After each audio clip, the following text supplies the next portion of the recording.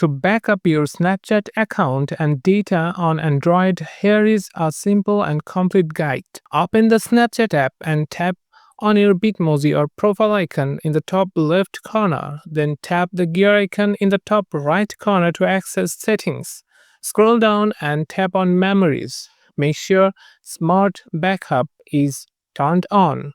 This automatically backs up your snaps to Snapchat's cloud storage when Wi-Fi or mobile data is available.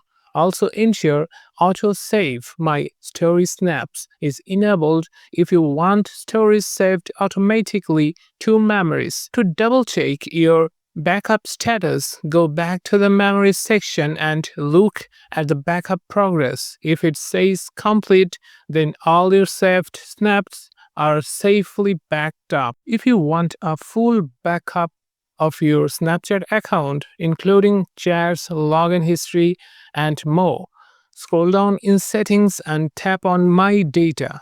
Login if prompted, then scroll down and tap Submit Request. Snapchat will prepare your data and send you a download link via email once it's ready. That's how you back up your Snapchat account and keep your memories and data safe on Android. If this video was helpful, don't forget to like and subscribe for more helpful tutorials.